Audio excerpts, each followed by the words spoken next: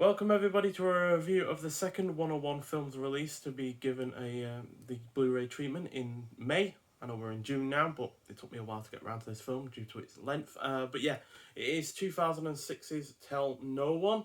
So yeah, this is directed by Guillermo Canet. Hopefully I'm not butchering that name. Unfortunately, I've not seen anything else from him before, but if he's done anything else that's even half as good as this, then yeah, I'll be impressed by those. And it's a thriller, clocking in at 131 minutes long.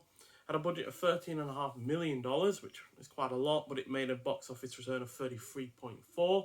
So yeah, definitely a decent hit. Stars Francois Cluzot, who I've not seen anything from before, but again, if he's been in anything half as good as this, then I'll definitely be checking that out. And it also stars Marie-Josée, who was in the likes of Calvary and The Forgiven, and Kristen Scott Thomas, who was in Mission Impossible, Only God Forgives, the 2018 version of Tomb Raider, and The Party. And yeah, this is about a man who receives a mysterious email appearing to be from his wife, who was murdered 8 years earlier. As he frantically tries to find whether she's alive or not, he finds himself being implicated in her death. So yeah, this is a superb French thriller that features a great mix of romance, drama, and thrills that kept me thoroughly engrossed throughout, especially due to its plot with its effective mystery element, which is coupled with a fantastic lead performance. The supporting cast is also really good. It is well paced. The score soundtrack is so well done. Probably the only time I'm ever going to hear Groove Armada and U2 in the same soundtrack.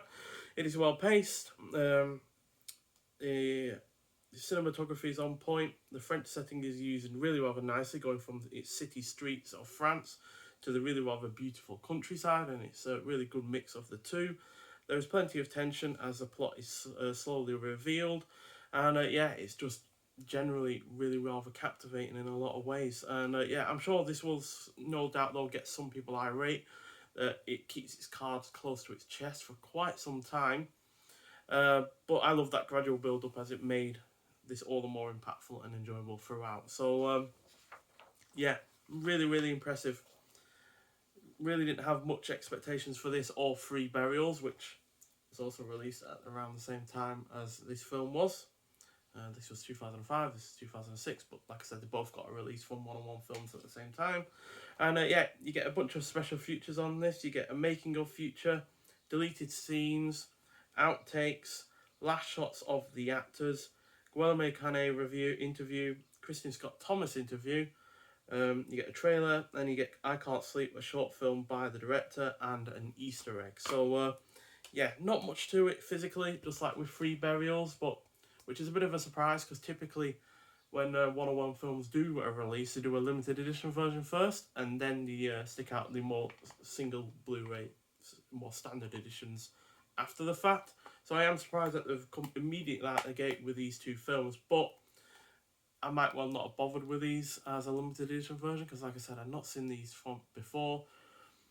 Certainly not seen anything from the director with this, although I haven't seen any of Tommy Lee Jones' directorial efforts in great, detail.